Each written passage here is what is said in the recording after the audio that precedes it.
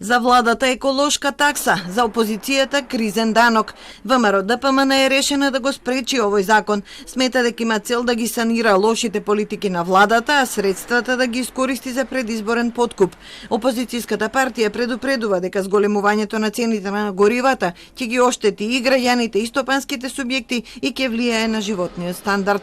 Без двоумење ќе го блокираме овој предлог закон, користејќи ги сите постоечки демократски механизми и ќе го спречиме неговото донесување. Во случај мнозинството да продолжи да го прави тоа што го прави најдобро, а тоа е насилно и надвор од процедура, да донесе уште еден закон кој удира по џебот на граѓаните, тогаш приоритет на новата влада на ВМРО ДПМН ќе биде целосна ревизија на сите антипазарни политики, меѓу кои и високите даноци. Партијата предводена од деструктивниот Мицкоски знае само за блокади и деструкции, реагираше СДСМ. Ја смета ВМРО ДПМН за најголем штетник по здравјето на граѓаните, бидејќи блокирала антикризни мерки среде корона, нов клинички центар, а сега и мерки за еколошки инвестиции.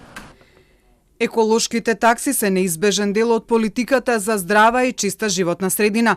Преку нив се поттикнува користењето по еколошки енергенси. Владата ќе обезбеди цврсти механизми средствата собрани на овој начин да бидат наменети исклучиво за зелени инвестиции и за зелени работни места.